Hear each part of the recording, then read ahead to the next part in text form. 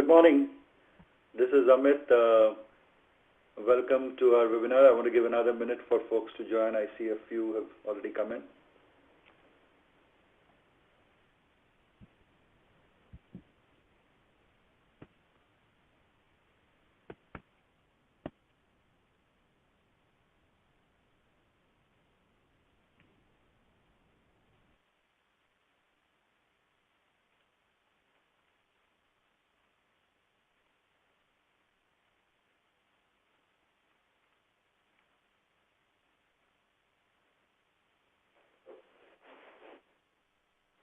All right, let's kick this off. So thanks once again for folks. Good morning, good afternoon, good evening, depending on the time zone that you're in. Today we get together to talk about the exciting world of banking, where probably every second sentence we hear the word digital. We'll talk a lot more about that today. But in that digital, is there a piece of human that's hitting in there, and how important and how critical it is for banks to get both of them right. Those are some of the things that we'll talk about. But just first, some quick introduction to Genpact. To those of you that do not know us, we are a global professional services firm. Our main credo is to make business transformation real, and we drive this through a mix of digital-led innovation and intelligent operations, again, digitally enabled for our clients. And a lot of this is guided by our experience of running thousands of processes for hundreds of global Fortune 500 companies over the last 2 decades. That's us. I lead the consumer banking practice for the organization. Been with Genpact in my 6th year now, and before that about 11 years in the banking industry. So you could argue that I have some financial services running in my veins. And very happy to be here and to welcome 2 folks who will help us talk through the agenda and some of the exciting discussion we expect to have with all of you all today. Michelle, first, welcome, Michelle. Michelle is a leader in our customer and digital experience consulting practice. She actually came to Genpact about a year ago through an acquisition we made of a design thinking firm called Tandem 7, and has spent the majority of her career working through financial services companies. So again, happy to have you, Michelle. And then Raj, who leads our transformation services and consulting capabilities for consumer banking globally. And again, he's been with Genpact for about a year and a half too, and spent all of his career working either at banks or consulting to them. So happy to have you with us, Raj. Good morning. Thanks. Morning. So, let's maybe kick it off and talk a little bit about why we are, to an extent, the whole, the world of consumer banking and banking overall is really, the scale of disruption and the expectation of innovation is unprecedented, at least in my 20 years of being a customer or being in the industry. I think the pace at which this changes within us is unprecedented. Today we talk, and broadly at 3 levels. I think digital is really changing the way consumers talk to us.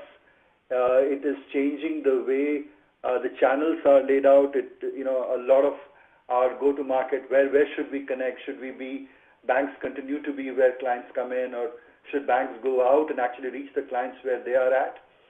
How does technology kind of play a role into all of this?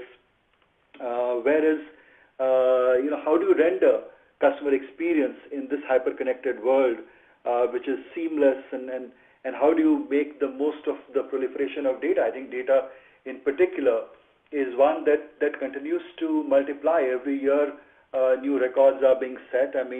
We look at just today, most of what we see as data, 90% of it is unstructured, and about 50% was made in the last 2 years.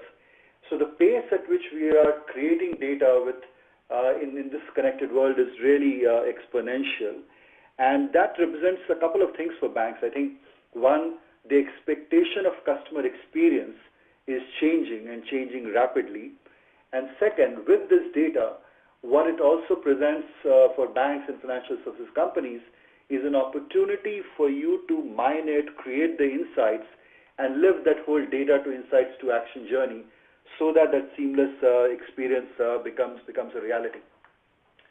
As we do that, I think there's been a lot of focus, like I said, on digital investments. Almost every conversation that we have with our clients or what you read about in the news. I mean, just today morning, we picked up from one of the large banking organizations in the UK, where actually this large bank is working with a relatively young fintech firm to define what their new digital bank would be like. Yet another large bank in the US, one of the largest, in fact, in the last 3 weeks, has talked about being the Amazon Prime of banking. I mean, we hear what this technology and the deep changes that it will unleash in the world of banking all the time. And where does customer experience therefore play in? How central is it, and how digital and human need to combine into that is really some of the things that we want to explore today. What does loyalty look like in this digital world? How do we build the right relationships? How do we acquire, retain, grow customers? Is there a geographic angle to this? Are some geographies far ahead of the curve than the others? Where is the wealth of the world being created? So those are the questions that we'll talk about. Let me first turn to Raj, you, and talk real quick about where the customer experience and how it's changing, and talk a little bit to us about what your experience in that bank response is. Yeah, so thanks, Amit. Yeah, absolutely. So, I mean, I think, when you think about how customer expectations are changing, I think, it's not a surprise at all that, most consumers today are clearly digital first. And in reality, it's probably more accurate to say that they're more mobile first, and when they engage with their bank. I don't think that the banking industry can fully take credit for this, because I think much of this has been driven by experiences that consumers face outside the banking industry, right? And in a way, other industries have trained consumers to expect a digital first or mobile first engagement. So it's really, what's done is it's really raised the bar in terms of what consumers are expecting from their banks. But here's where it gets interesting, right? Which is, while consumers do want digital experiences and their expectations are increasing, and in some ways banks also want to deliver that as well, the difference is that at the same time, consumers have consistently and emphatically stated that they still want that personal interaction with their banks. So, and we know this because survey after survey continues to show that consumers still do value the interaction that they have with contact centers and the branches. So the real challenge for banks really is, how do you create this digital experience that's not only what customers want and expect, and quite honestly is also probably more cost effective for the banks to deliver, but how do you deliver that while still maintaining this personal and more human interaction with customers? And and I think that increasingly, when banks tell us that they want to transform their businesses, they're not just talking about creating a better online experience or creating a more functional app. What they're really asking us and others for is, how do they rethink the entire customer experience from beginning to end? Especially with a keen eye to creating a more human connection, despite wanting to continually digitize, right, the situation. So I think this is a situation that most banks are addressing. I don't think they're completely getting it now. So I think that's what I see from what's happening from a customer experience perspective. If you flip to the next slide, then, sorry, do you have another question, Amit? No, I think I was just thinking about what you just said, and essentially what you're saying is that, one, there is a change that actually is about how banks are reacting to and how they want to set the agenda to drive that customer expectation. A lot of it is also being led by the world and the environment that the consumer is in. That's one. But somewhere I suspect you're also talking about how there's a deeper change within banking itself and how banking should be organized and should be more open and modular. Am I hearing this right? Yeah, and I think exactly right. And I think all of that is to the end goal of creating a more digital end-to-end experience, but at the same time maintaining that personal or human interaction. I think that's where I think that some of these strategies that you're suggesting come into play, because I think that's the way that they're addressing it. Okay. So if that's the human and digital interplay that kind of lies at the center of redefining experience, redefining banking itself, what are some examples of banks' efforts to balance this and make the most of that interplay?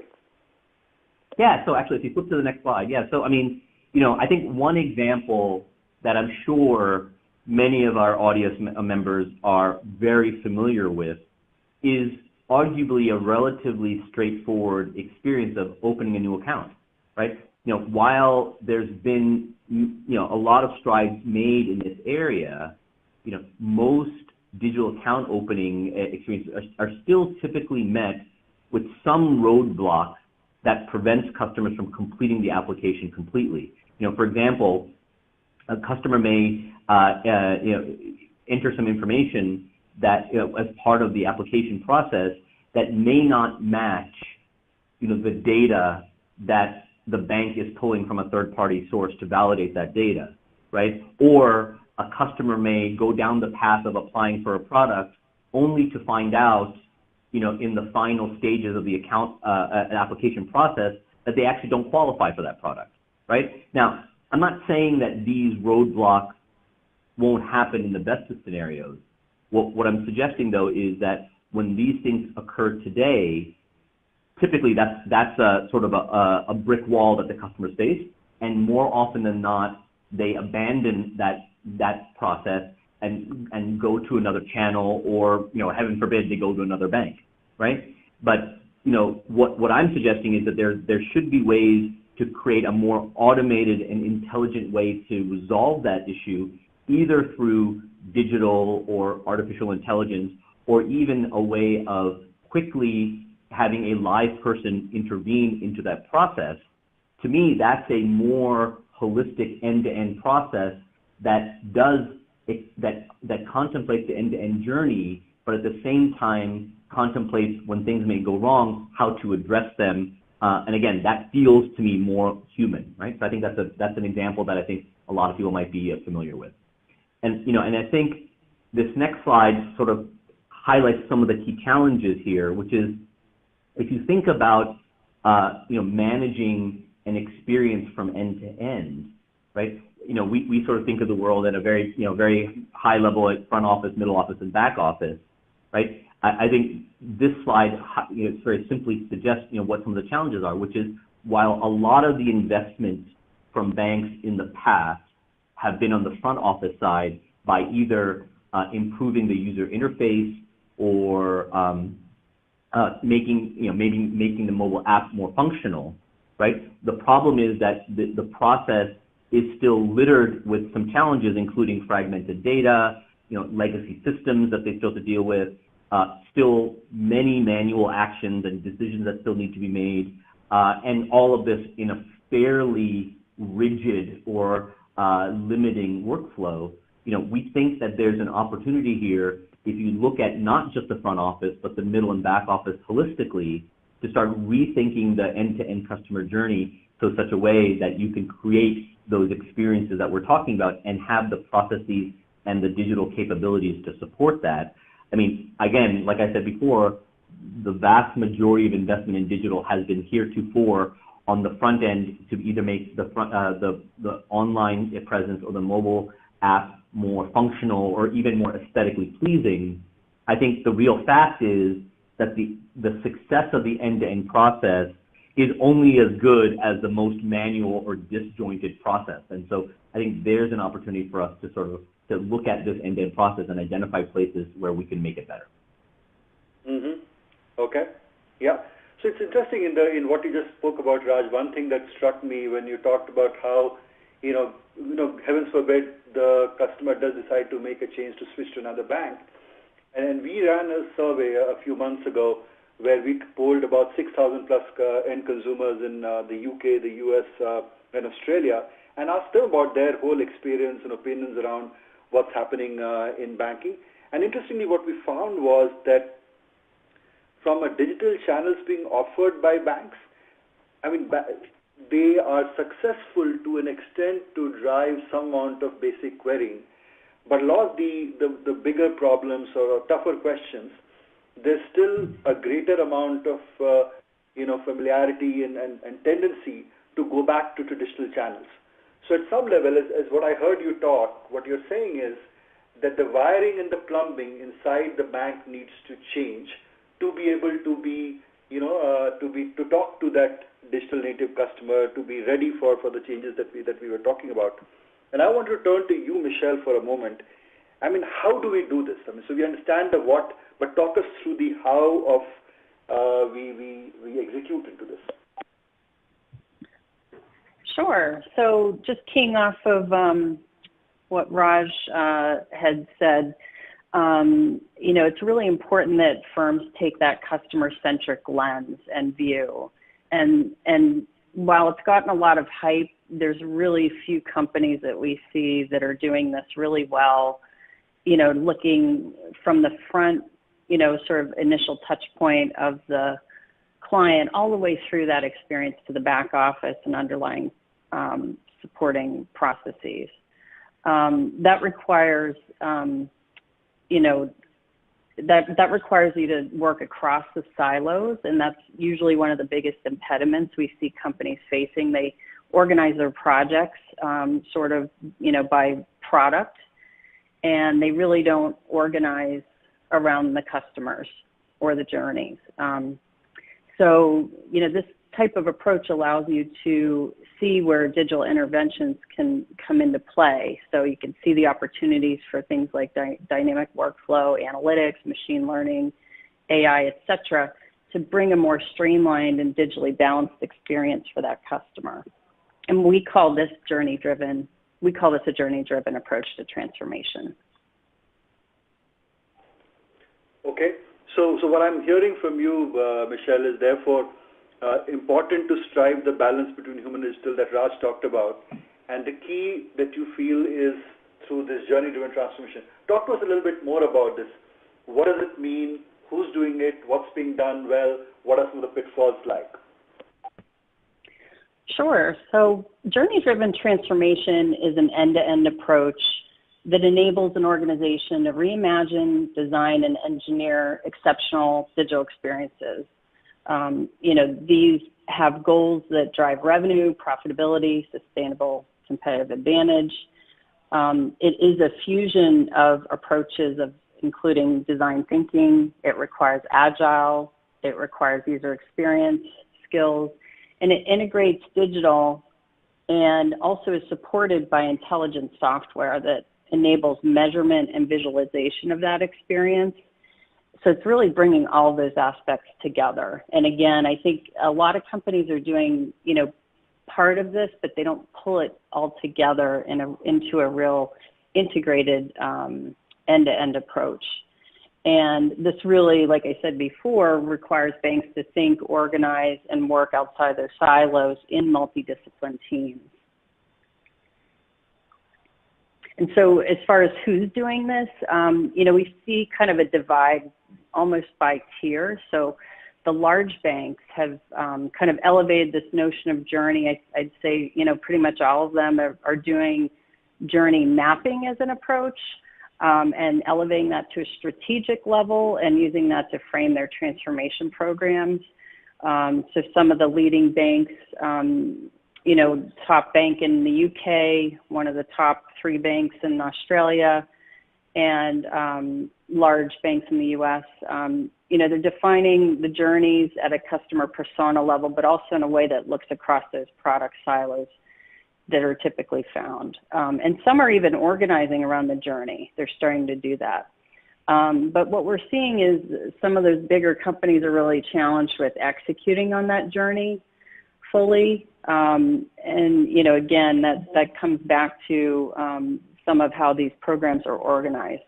The super regional and regional banks, they're dabbling with journey mapping and process mapping on the back end. They really haven't brought those capabilities together. This journey-driven approach really requires sort of that Lean Six Sigma together with the design thinking, together with Agile. And we're still seeing sort of those activities happen in different areas. And then we're seeing the digital banks and sort of fintech providers who, really launch sometimes with one product or one journey, maybe one type of account offering. They're now taking a step back to understand that full customer experience as they look to expand and cross-sell into other products and services and build out their digital servicing capabilities. They kind of disrupted at launch, but now that the playing field is becoming more crowded and they're starting to expand their offerings, the established banks have bigger teams and deeper pockets to kind of cover the customer experience more holistically from a cross-channel perspective. And we're actually seeing this from other digital native companies outside of banking, like Google and Facebook and others. And, in many cases, they're still looking for primarily or exclusively from a digital-only experience perspective. Mm-hmm. Okay.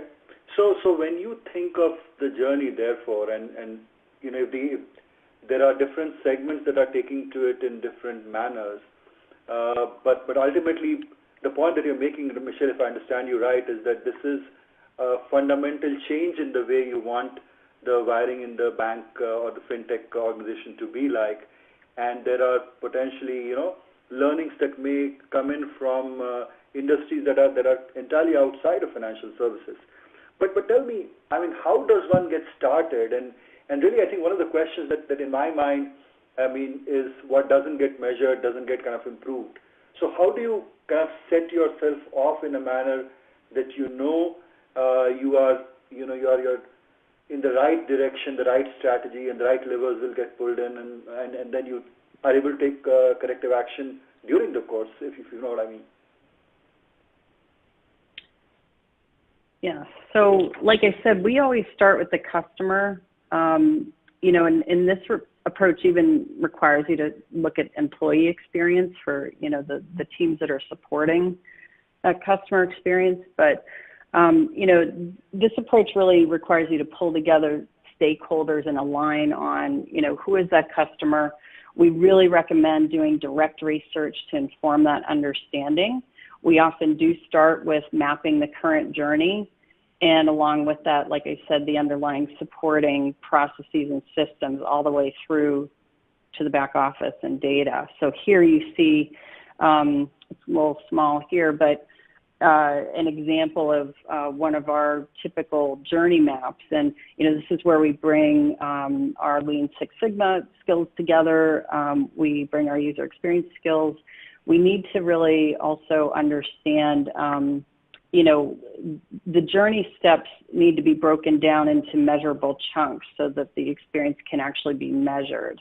And that this means qualitative as well as quantitative. So back to the point I made about needing to do that direct research and getting a real understanding of how customers are wanting and needing to interact with your bank. And this is beyond NPS. It really means correlating different types of metrics and determining sort of that true experience value. So you can analyze, you can visualize these analytics at the journey step or even across channels. We do apply design thinking to reimagine the journey in its future state and understand what the art of the possible is. And again, we apply that Lean Six Sigma approach to align the process to support that future state. And this approach highlights those problems and opportunities for digital intervention. So, the bottom line here is sort of showing where those opportunities exist. You can align those on the roadmap. So this drives a roadmap for transformation. And they're depicted visually on the map and then, in that roadmap for prioritization. One example I can share where a top consumer financial services provider asked us to look at call center data to discern where their biggest cost to serve problems were. We were able to correlate that data back to the customer experience and determine that the issues were surprisingly with a different segment, not the one that they thought and not their most, the one that they thought was most costly to serve. It was in fact their most valuable segment that was calling in after they were unable to open a new account over the web channel. Yeah. Hey, Michelle, can I add another example if you don't mind? Sure. I think that goes quite well. And I think, excuse me, I think this is, I think this is not misleading, but deceiving in its simplicity, but how powerful it is, right? Because, I've been working with a number of banks who have sort of fully bought into the journey map approach. So much so that, there's a bank I'm working with in Australia now who has started to look at customer journeys almost as a replacement or an alternative for a product view. So rather than having a mortgage department or a mortgage team, they have a team that is focused on the own a home journey. Or, instead of credit card, it's how do you fund their lifestyle? That's the journey. And I think when you start thinking about it from a journey perspective, you look far beyond the product. No one wants a mortgage, but they want to own a home. And when you start the journey from that perspective, it brings up far more needs that the customer has, as well as potential needs that the bank can fill over and above simply providing a mortgage. And I think that orientation is leading to a lot of banks to really rethink their product teams, their marketing teams, their customer service teams, who they partner with, and a whole host of other things as part of the overall ecosystem. And it's really starting to beginning to take hold at a number of banks. And I think I think that's where we're going to see this going over time. So absolutely. I think, Raj, so one is, like you said, being able to understand that customer journey allows you to drive the right product choices and the right enablement of that and so on. But I was struck by something that, Michelle, you talked about in your example on the call center. Ultimately, if I look at this space today, you are moving away from, the standard speech-to-text kind of analytics to get deeper into what you can do with acoustics and how quickly can we understand the intent of the call. But to my mind, I guess one of the interesting developments in the world that we'll continue to see going forward will be, what do you understand of that customer behavior and how deeply are we able to map it before the query actually starts or before the interaction point happens, so that you give that true feeling of intimacy. So to the point that Raj made, it applies at the level of product choices. It also applies at the level of driving and making every individual interaction smarter.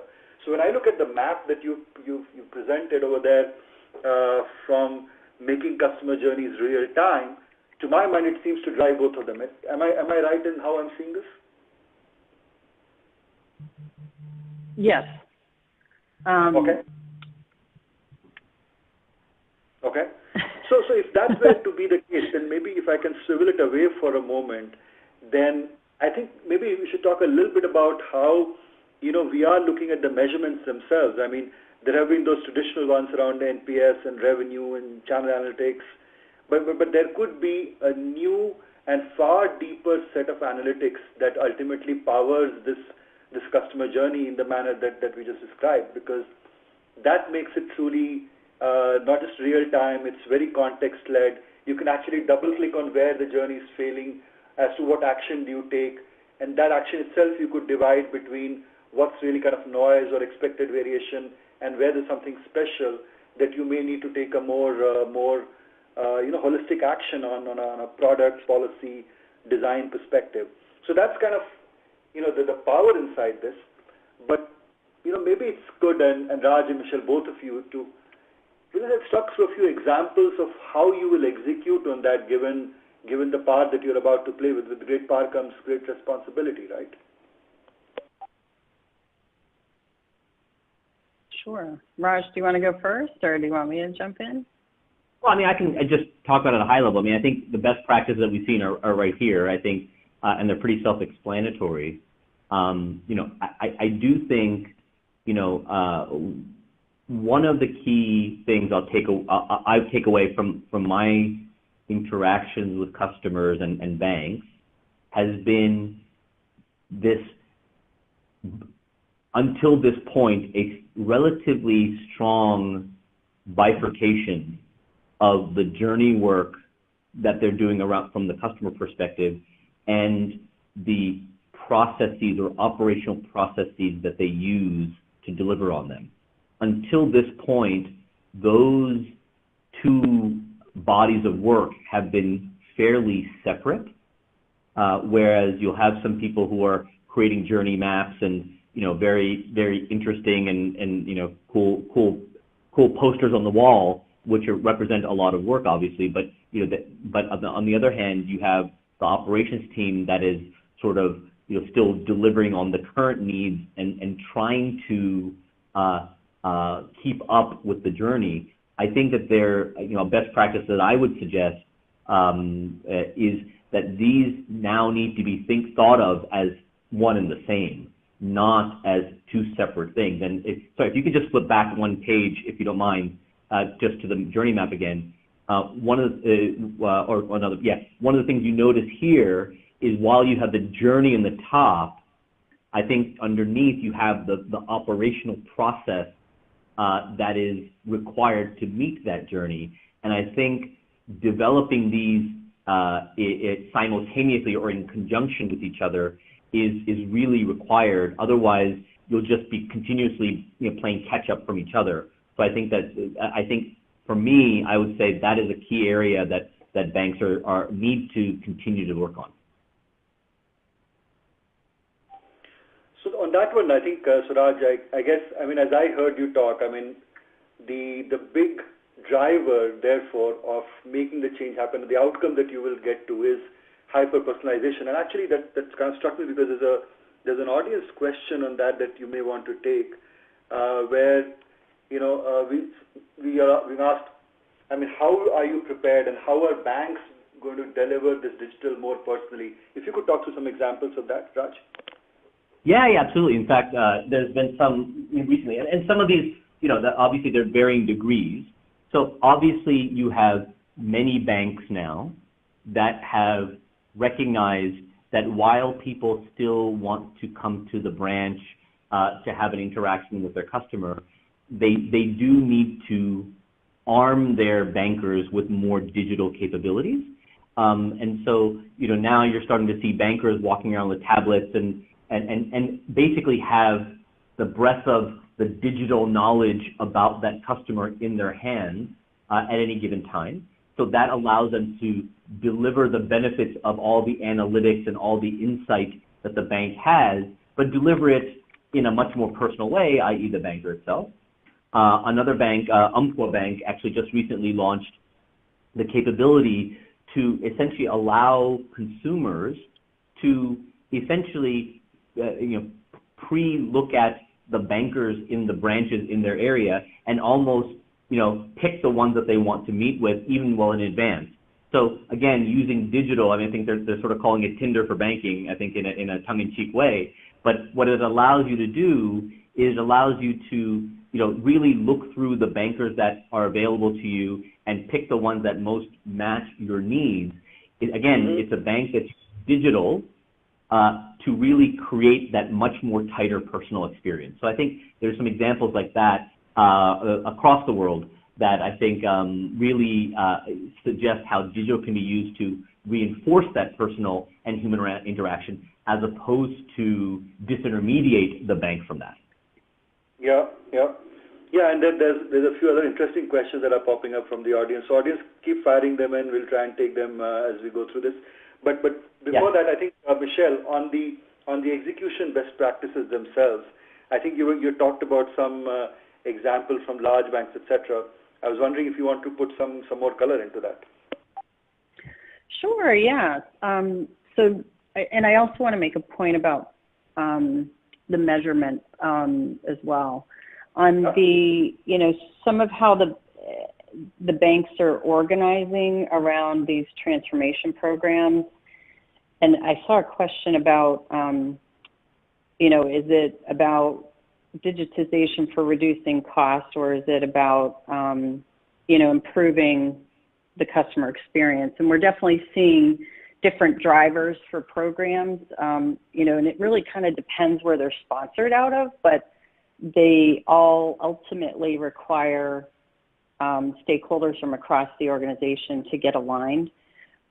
So we have seen banks organized by journey, as I mentioned. We've seen them consider journeys that cut across the silos.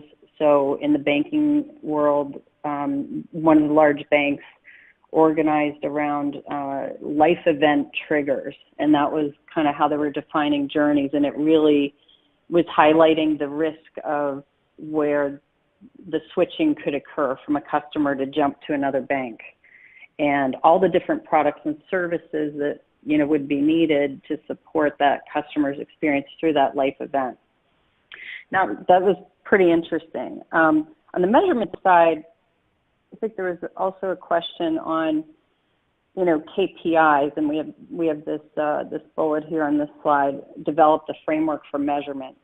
And what that means is what we do as a best practice is we define kind of it's almost like a business case where you do need to define what the return on the program will be itself. But we do, as a best practice, and there's a bullet on a CX COE here as well, you want to measure that customer experience over time in a consistent manner and align the organization on that. So there are sort of these two sets of KPIs, if you will. There's, at that more programmatic level, and that, needs to be done, through, some alignment work up front, as well as, kind of analyzing what are the different levers with which to measure, as well as the journey steps themselves and the end-to-end experience. And again, the best practice that we've seen is combining that qualitative with quantitative and trying to measure, put a measurement around that. The qualitative is trickier, correlating behavioral data with attitudinal data, with transactional data, with different types of analytics from the cross channels. And then you can see patterns kind of emerge. You can start to become more predictive and instinctive that way. So Amit, just a couple points there. I hope that answered your question. Yeah, I think you've done, but I mean, I want to make sure that I've fully understood this. So one is you're saying that therefore through that COE and that understanding, in a way, if I'm a bank wanting to start the journey, then I get like a visualization, standardization of the metrics. I get a good governance around how to run this.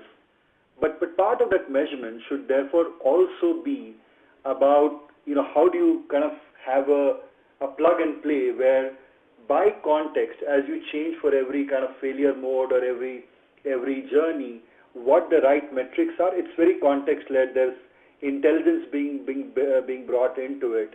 And that's really what you're saying you should try and have on day one to be able to deliver this journey faster. Am I correct? Correct. And it's almost like a sprint zero where you need to do enough of a foundational step as you launch into the program to kind of align and be able to define what that is. What are the metrics? How are you going to measure success of the program or success of the best practice?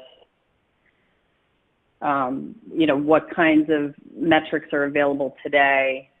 What can you correlate? A lot of companies really don't have the data engineering skills or the data science skills yet to do that type of advanced correlation and analytics. Mm-hmm. Mm-hmm. Okay. So if I take this, so that's kind of what you're saying is day one or day zero, and how do you get acceleration from a start point of the journey. But if I can kind of move away from that and then start thinking a little bit of the future, and this is kind of again for both of you.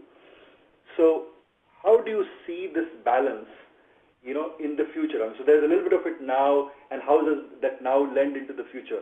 Let's talk a little bit about that, and I think maybe Raj, you want to go first? Yeah, sure. No, so happy to do that. So I think, we have this this slide here that demonstrates that this is still, a work in progress, I think. But I think in the future, and by the way, I think this might also answer one of the questions that we've received, right? I don't believe that in the future the goal is to digitize as much as possible and thereby reducing the human interactions as much as possible, because I think certain human interactions matter more than others. Now, for a very simple, answering a simple question that is an FAQ type question, clearly that should be digitized and automated. But a question about that requires some judgment and some financial insight shouldn't be, right? So I think the real question in the future is this human and machine mix is to really understand what makes sense under what context. So if you look at this page here, if you go to the bottom left-hand quadrant where it's a human customer and a human agent, today most interactions with customers and their banks sit here, right, on the most part. However, increasingly, we are starting to see that as the bank becomes more mature, we are starting to see some elements of, a human customer, but maybe an agent or a bot or an assisted agent, assisted agent supporting customers as well. So I think that we're starting to see where either a customer can interact with a conversational AI through their IVR, through a text chat, or even through an Alexa or Google Home, right? So I think we're starting to see that happen more and more so.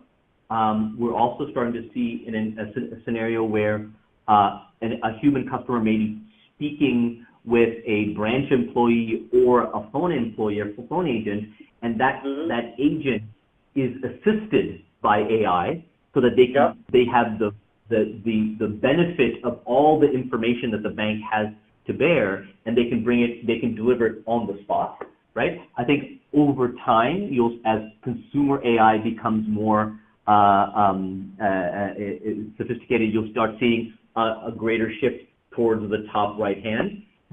Many of you might have seen the, I guess famous is probably the right word, presentation on how a Google AI bot called and spoke to a live person and booked a hair appointment for someone. I think we're starting, I think some of that might happen over time. But I think the real takeaway here is that this will be the menu, so to speak, of the types of interactions. The challenge will be figuring out which of these interactions make sense for the type of interaction that is occurring. Yeah.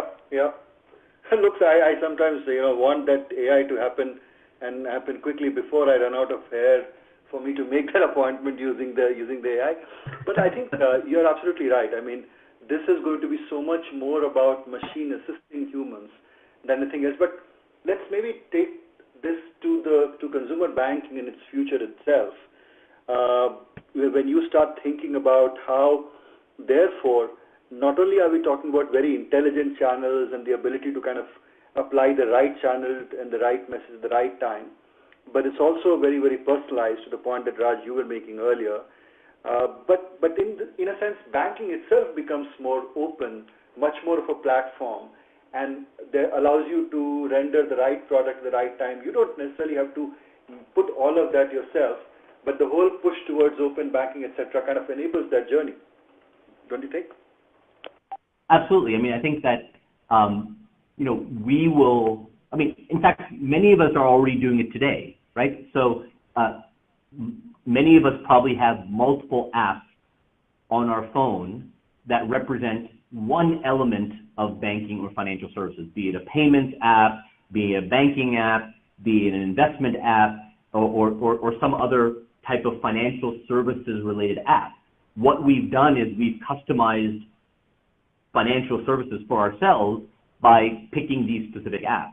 Well, in the future, I would suggest that you'll start to see banks and other financial services providers starting to almost curate that for us. And they will, this is the concept of creating a platform as a bank as a platform as opposed to the other way around. And they will essentially curate that for us. And we will then be able to pick and choose the elements of that experience that we want. And so ultimately, the banking experience that I have from my bank it may be very different than the banking experience that you have, even if it's with the same bank, because we have decided to pick the elements that we think are most relevant. So I do think that is a further, evolution of the digital and human interactions with consumers. Yeah. So, I think we do have a number of questions coming in. I'm trying to weave them into this, but as we head into the last few minutes, just from a housekeeping perspective, for everyone, apart from, that the recording of this will be available, including the answers to the questions, etc. And there will be an email as well for you to contact us with any follow-up questions that will flash at the end. But yes, Raj, I think going back to that, and it is one about, like you said, it will be hyper-personalized, it will be delivered in a manner, but somewhere the sense that I also get as we look at banking is, does banking and individual customer interaction itself move outside of the realm of what we define to be the bank today? Meaning thereby, if there is, you were talking about the consumer IoT or wearables, there is your connected homes, or you're sitting in a pod in a driverless car, a few years from now, and that's giving information on what your true need is, and you are able to pretty much use that and proactively be able to, offer that service or that query resolution to the customer. And that's when, to the point that you were making on the last slide, it's a machine-to-machine interaction as much as it could be machine-to-agent and human-to-human interaction, so to speak. Correct. So, yep. I think any closing thoughts then, Raj, from you on this exciting world of consumer banking and the changes? No, I think you summarized it quite well. I think, I've heard this said in the past, but I think it's worth repeating, is that increasingly banking is something that you do as opposed to somewhere that you go.